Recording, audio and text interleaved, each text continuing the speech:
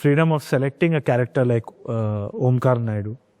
అంటే ఒక negative shade and ఒక గ్రే షేడ్ ఉన్న క్యారెక్టర్. అందుకనే మీరు కొంచెం బ్లాక్ వేసుకుని రావడం. నాకు మామూలుగా బ్లాక్ అంటే ఎందుకో ఒక 6-7 years నుంచి బ్లాక్ ఫేవరెట్ కలర్ అయిపోయింది చిన్నప్పటి నుంచి. సో 6-7 years నుంచి ఇంకా no thought black shirt black ఇదే ఉంటుంది. వీళ్ళు ఛాన్సాలు చూస్తారు. సజీవ్కి నచ్చదు. సజీవ్కి ఏమో చాలా traditional colour colour colour colour ఉండాలి. Direct want that colourful. Omkar Naidu వదలకపోతున్నాడు. ఇంత ఖర్చు పెట్టి మనం బ్లాక్ అండ్ వైట్ సినిమా తీసినట్టుంటుందని ఆయన భయం అనమాట. But nowadays like dark films also very famous, but మీది మాత్రం hilarious film of course.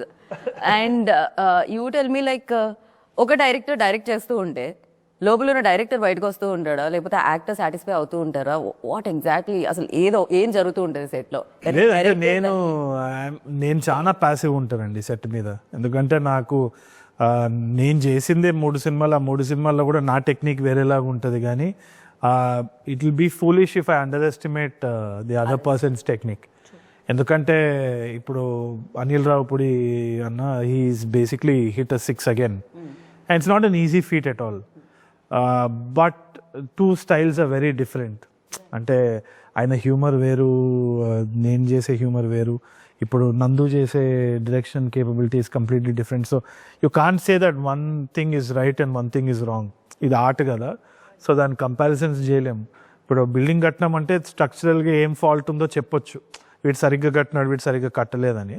But I think as a director everybody has their own perspective.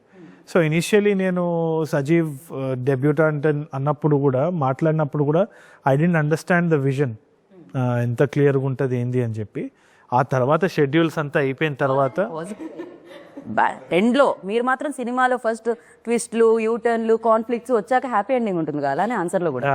ఆ తర్వాత ఇనీషియల్గా మాట్లాడినప్పుడు అయితే నాకు okay, so he's going to bring on something అని. కానీ అంత ఏ లెవెల్ ఆఫ్ డీటెయిల్ ఉంటుంది ఆ కల్చరల్ రూటింగ్ ఏదైతే ఉందో, ఆ గోదావరి ఆశ కానీ కల్చర్ కానీ ఫుడ్ కానీ it's there in every frame అనమాట.